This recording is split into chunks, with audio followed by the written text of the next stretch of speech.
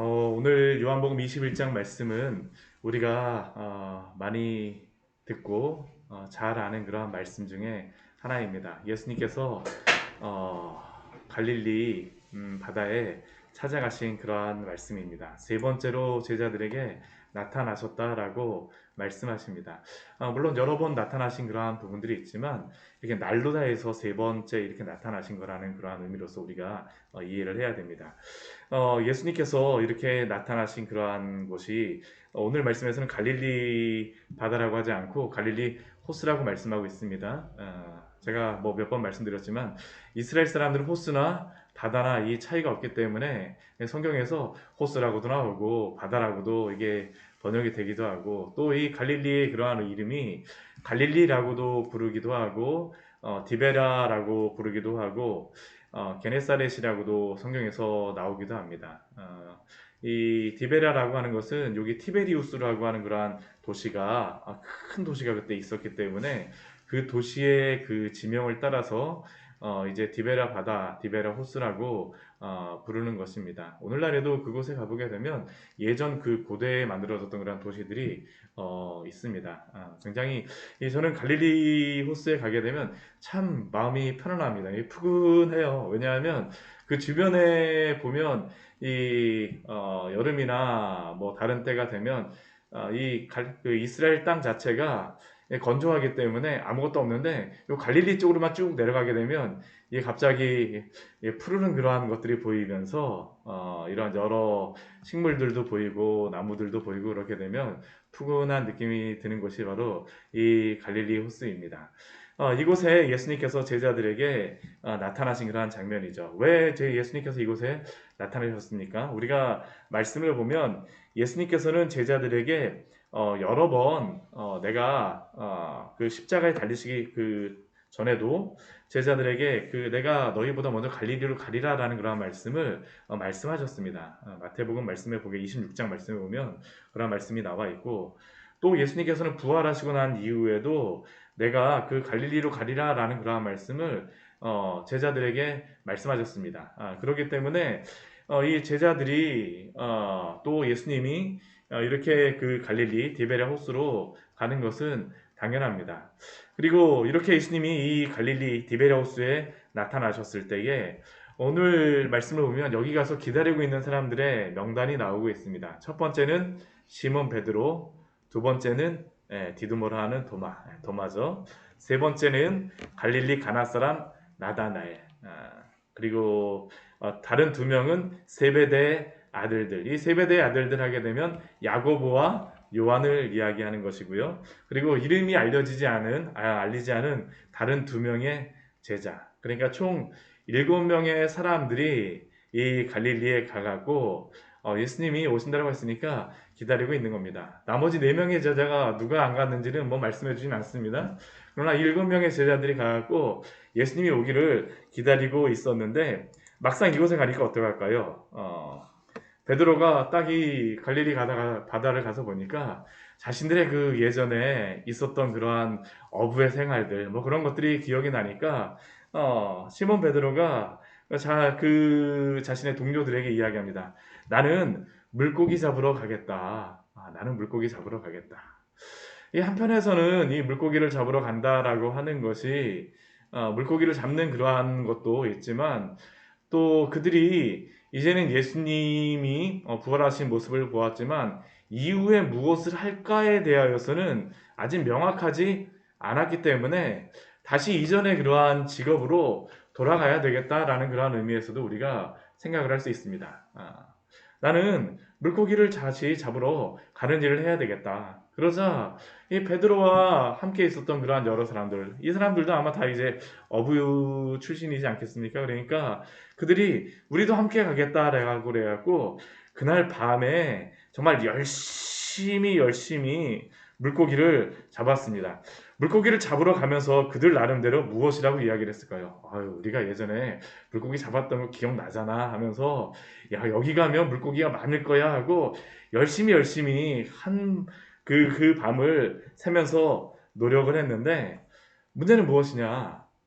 한 마리의 물고기도 잡지 못하였습니다. 제가 이 그 베드로가 물고기 잡는 이 지역에 가면 추정되는 그러한 곳에 기념교회가 세워져 있습니다. 베드로 수익공 교회라고도 하고 타부가라고 하는 그러한 지역인데 여기 제가 이 앞에서 한동안 차를 세워놓고 차도 이곳에서 뭐 차박도 하고 그랬었는데 거기 가보게 되면 굉장히 아름다워요. 여기 타부가라고 하는 것이 폭포가 7개, 물이 샘이 7개가 새어나 솟아나는 그런 곳이라는 그런 의미로 제가 거기 있었던 주차해 놨던 곳도 이렇게 탁 내려가게 되면 물이 이렇게 막 폭포같이 내려오는 그런 공간이 있고 이렇게 물이 다른 곳에서 합류되는 지점이다 보니까 그 앞에 가보면 물고기들이 진짜 있습니다. 제가 진짜 한 1m는 넘는 진짜 메기들을 제가 봤어요. 그래갖고 그 메기들을 보면서 야, 저거 진짜 잡으면 너무 좋겠다라고 그러는데 이스라엘 사람들은 그 메기는 먹진 않습니다. 그러니까 막 거기 막 뛰놀고 있더라고요. 실제로 다 거기서 그 낚시 그물을 던지는 그런 어부도 보았었는데 물고기가 잘 잡히는 지역입니다. 근데 그곳에 가서 열심히 노력했는데 한 마리도 잡지 못한 겁니다. 그리고 그렇게 한 마리도 잡지 못하는 그러한 때에 이제 날이 이제 밝아지면서 아마 지금 저희가 새벽 예배 나올 때 한 그쯤 정도 되지 않았을까라는 그런 생각도 듭니다. 날이 새어가면서 예수님께서 이 바닷가 해변가에 서셨으나 오늘 4절 말씀 보면 제자들이 예수님인 줄 알지 못하였다라고 말씀하고 있습니다. 왜 이들이 예수님을 알아보지 못하겠을까요? 물론 새벽녘이기 때문에 예수님을 알아보지 못할 수 있지만 그러나 그것보다는 우리가 앞의 말씀과 또 연관해서 보게 되면 부활하신 예수님을 못 알아봤던 또 여인이 한 명 있었죠.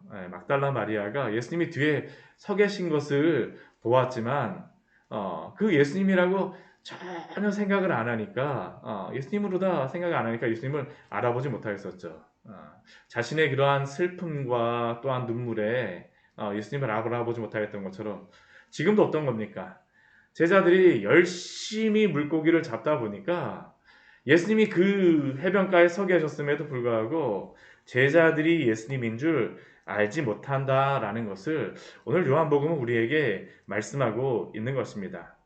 지금 세상에 빠져서 물고기를 꼭 잡았고 말겠다라는 그 생각 가운데에 예수님을 알아보지 못하는 그러한 모습들. 어쩌면 우리들도 그렇지 않습니까?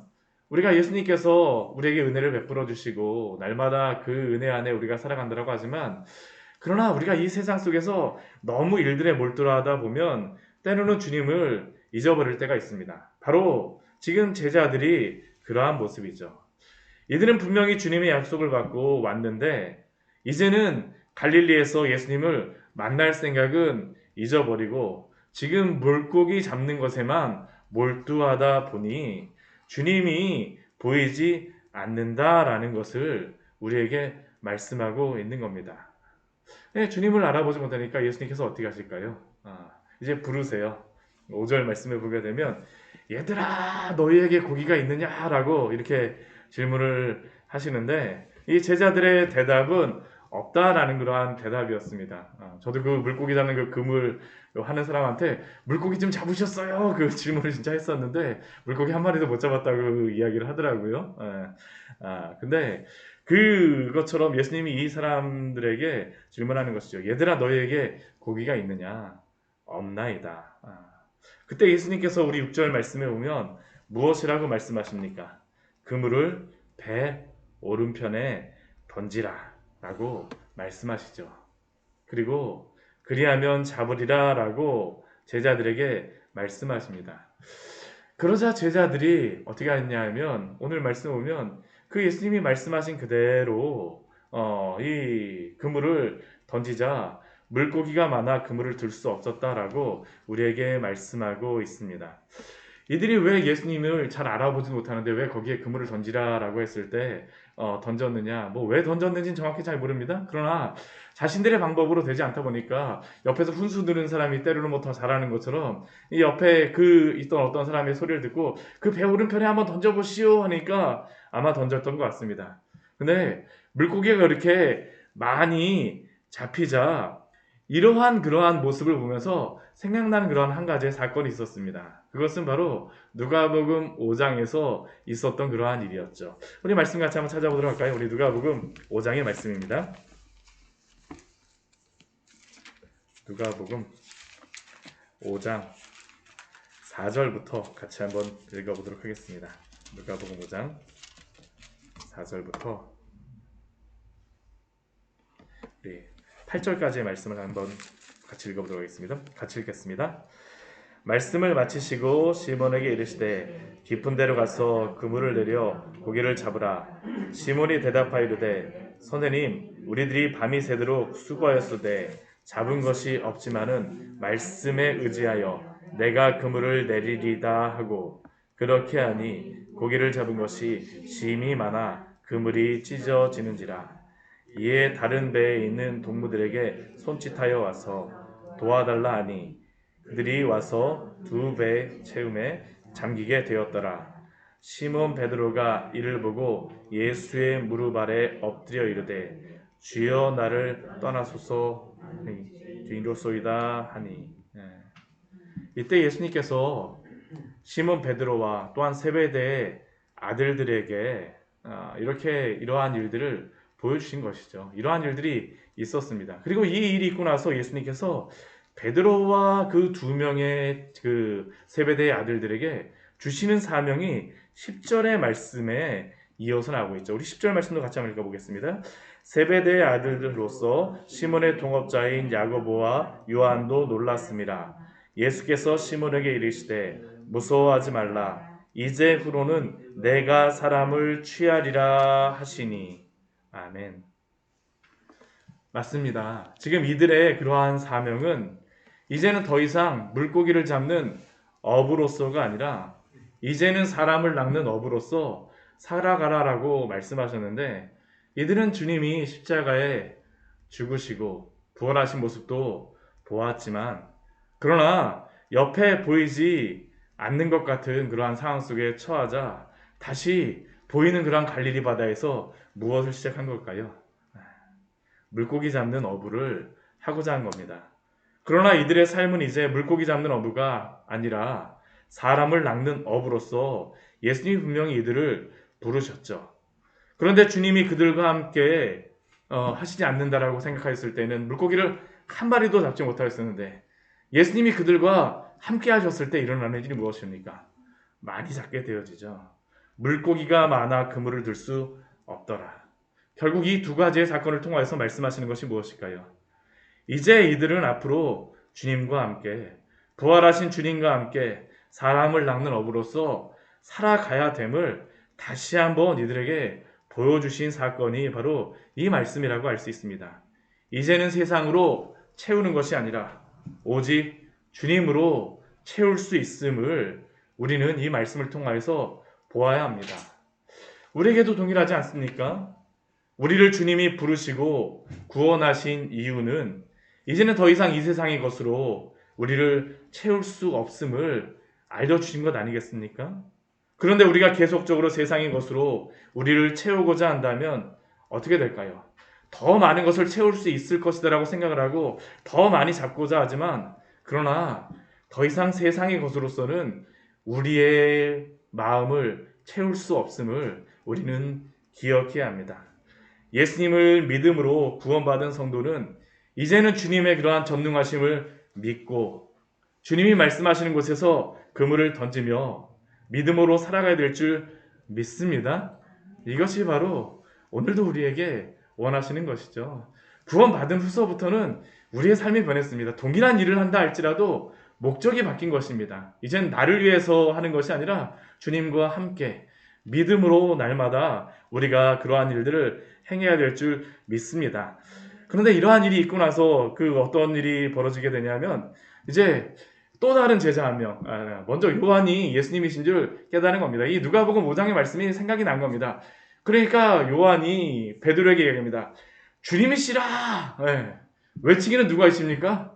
요한이 계셨는데, 뛰어들기는 누가 뛰어드냐면 오늘 말씀 보게 되면 베드로가 뛰어듭니다. 저는 이 말씀을 볼 때마다 참 웃겨요. 이 무덤에 가서도 무덤 앞에서 빼꼼히 보기는, 먼저 도착해가고 빼꼼히 보는 것은 요한인데 들어가는 것은 베드로예요. 그렇죠. 여기 아무도 없어. 그러면 베드로가 막 들어가는 이러한 장면.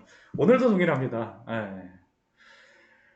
알기는 요한이 알았는데 이 주님이 시라라는 이야기를 듣자 베드로가 뭐냐 하면 이 겉옷을 딱 두르고 바다에 뛰어내려서 예수님한테 막 수영해서 가는 겁니다. 한번 생각해 보십시오. 겉옷이 튜브도 아니고 왜 갑자기 이 겉옷을 들고 가겠습니까? 근데 이 베드로의 마음도 우리가 잘 생각해 봐야 됩니다. 이 베드로가 주님을 사랑하는 마음이 있기 때문입니다. 사랑하는 마음. 주님을 빨리 보고 싶어요. 정말 나를 사랑하시는 그 주님 여기까지 오셨구나. 말씀만 하신 게 아니라 정말 여기 오셨구나. 그러니까 겉옷을 두르고 예수님 앞이니까 함부로 하지도 못합니다. 겉옷을 두르고 예의는 갖춰야 되겠기에 뭐 이렇게 그냥 그 물고기 잡던 그 모습이 아니니까 겉옷을 두르고 바다로 뛰어내렸습니다. 이 거리가 어느 정도 되냐 하면 오늘 그 뒤에 18절 말씀 보게 되면 21장 8절 말씀 보게 되면 이게 한 불과 50칸쯤 된다라고 이야기합니다. 이 50칸이 어느 정도냐면 200규빗입니다. 200규빗. 한 규빗이 여기잖아요. 그렇죠. 팔꿈치서부터 여기 손끝까지니까 이게 한 50cm, 길어야지 50cm니까 200규빗 정도 되게 되면 한 100m 정도의 그러한 거리입니다. 그러니까 이게 불가라고 이야기하자면 배로 타는 100m면 불가하겠지만 사람이 겉옷을 입고 수영하기엔 어떻습니까? 이제 좀 약간 거리가 되는데 이 거리를 근데 베드로는 물고기 잡아가고 그물 끌어올리고 뭐 하다 보면 시간이 오래 걸릴 것이라고 생각을 하니까 먼저 수영을 하는 겁니다. 100m 막 수영을 해서 근데 누가 먼저 도착했을까요? 나머지 제자들이 먼저 도착합니다. 베드로가 막 어프어프 하면서 수영하고 있고 그 옆에 제자들은 먼저 그 그물들을 끌어올리지 않습니다. 이 제자들이 그냥 옆에다 그냥 딱 어떻게든 그냥 잡아놓고 나서 그 빨리빨리 그냥 노를 저어갖고 이 해변가로 나옵니다. 다른 제자들은 먼저 이렇게 도착했을 때 그곳에 무엇이 준비되어져 있습니까? 9절 말씀 보게 되면 숯불이 있고 그 위에 생선과 떡도 있더라라고 말씀하죠. 이 숯불과 생선과 떡이 왜 이렇게 놓여 있을까? 예수님께서 이들을 먹이시기 위함이 분명합니다. 근데 이렇게 떡과 생선을 먹였던 그러한 사건이 이미 요한복음에는 한 번 있었습니다. 언제입니까? 오병이어의 그러한 사건이죠. 오병이어의 사건. 왜 예수님께서 떡과 물고기를 준비하고 계셨겠습니까? 5천 명이나 되었던 그러한 사람도 물고기 2마리와 떡 5개로 먹이셨던 그 주님께서 지금 내가 내 호구지책을 삼아서 살아가겠다라고 하는 이들에게 내가 먹이는 그러한 주님이 아니냐라는 것을 보여주시는 것입니다. 내가 너희를 먹이지 않겠느냐. 내가 너희를 붙잡아 주지 않겠느냐. 그리고 또 이 숯불이 있는 이유는 무엇이겠습니까? 이 베드로, 이 숯불은 딱 성경에 보면 2번 나옵니다. 베드로가 예수님을 부인할 때고요. 이 단어 자체가 또 한 번은 지금 여기서 예수님이 준비해 놓으셨을 때입니다. 이제 뒤에 보게 되면 베드로에게 질문하시는 것이죠. 베드로와 또한 걱정하고 있는 내가 어떻게 살아가야 될지 걱정하고 있는 제자들에게 이 상황을 통하여서 말씀하시는 겁니다. 그리고 그 물고기를 잡아서 열심히 그 자신의 방법으로 살아가려 했던 그 제자들에게 이야기하죠. 지금 잡은 생선을 좀 가져와라. 그러니까 다른 제자들은 가지 않습니다. 이제 누가 이걸 준비하냐면 베드로가 준비하는 겁니다. 아마 그때쯤 막 해변가에 올라온 것 같습니다. 그러니까 다른 제자들이 또 베드로가 듣고 나서 물고기 좀 가져와! 그런 얘기하니까 물고기를 가져와야 되죠. 근데 오늘 말씀도 이것도 참 재미있는 게 시몬 베드로가 막 올라와가고 물고기를 가져오려고 그러면 그냥 물고기 몇 개 들고서 오면 되지 않습니까? 근데 우리 11절 말씀 보면 어떻게 하냐면 베드로가 그물을 육지에 끌어올려. 나머지 제자들이 그물을 끌어올리지 않습니다. 나머지 제자들은 어떻게든 예수님 빨리 보려고 막 먼저 갔는데 베드로는 육지에 올라왔으면 예수님 하고선 뛰어와야 되는데 무엇합니까? 그물을 육지에 끌어올리고 그 다음에 또 뭐하냐면 가득히 찬 물고기를 세기 시작합니다. 그 물고기가 몇 마리입니까? 153마리. 베드로가 센 겁니다. 왜 이 물고기를 세고 있을까요? 예수님 볼 면목이 없는 겁니다. 3번씩이나 부인하였던 베드로. 물고기 가져오라고 하지만 물고기 가지고 그 숯불 앞에 딱 가려고 하다 보니까 이게 참 심상치 않거든요. 여기에 가기가 좀 애매한 거죠. 근데 예수님께서 베드로와 제자들에게 무엇을 하고 말씀하십니까? 우리 12절 말씀 우리 앞부분만 같이 한번 읽어볼까요? 예수께서 이르시되 와서 조반을 먹으라 하시니. 다른 많은 말씀하지 않으십니다. 와서 조반을 먹으라. 내가 먹이시고 입히시고 붙잡아 주시는 주님이라는 것을 알려주시는 것입니다. 아무도 예수님께 당신이 누구냐라고 묻는 자가 없습니다. 예수님이 떡을 가져다가 그들에게 주시고 또한 생선도 그들에게 주심으로 그것이 바로 예수님과 함께하는 또 다른 만찬의 그러한 자리가 되어졌죠. 우리의 삶도 사실은 여러 가지 상황 속에서 주님을 잊고 여러 가지 주님 뜻대로 살겠다라고 하였던 때도 있지만 때로는 여러 가지 환난과 여러 가지 근심과 때로는 먹고 살기 위하여서 이러한저러한 일을 하다 보면 주님을 잊을 때가 있습니다. 그러나 그러한 때에 주님이 사랑하시는 사람에게는 분명히 주님이 말씀하세요.